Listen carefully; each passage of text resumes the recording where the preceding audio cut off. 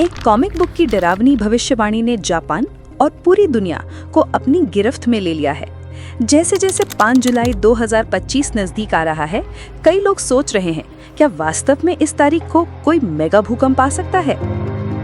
ये डर एक कॉमिक बुक से आया है जो 2021 में दोबारा प्रकाशित हुई थी, जिसमें इस साल 5 जुलाई को जापान में विनाशकारी भूकंप की भविष्यवाणी की गई है।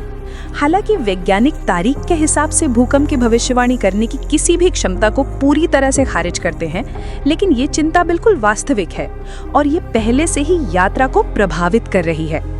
हांगकांग से जापान आने वाले पर्यटकों की संख्या मई में 11% से अधिक गिर गई है। कम मांग के कारण एयरलाइनों ने अपने रूट भी कम कर दिए हैं। लेकिन ये सिर्फ कॉमिक बुक का अंधविश्वास नहीं है। जापान एक खतरनाक भूकंप रेखा पर स्थित है।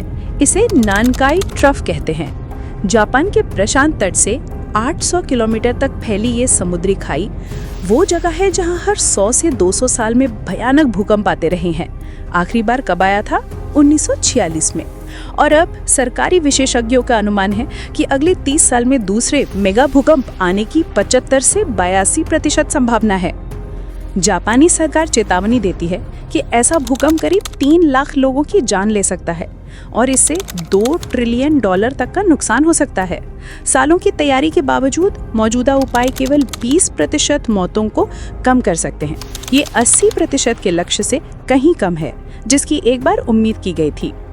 जापान की मौसम विज्ञान एजेंसी हमें याद दिलाती है, कोई भी भूकंप का सटीक समय, स्थान या तीव्रता की भविष्यवाणी नहीं कर सकता है, लेकिन तैयारी, घबराहट नहीं, हमारी सबसे अच्छी रक्षा है।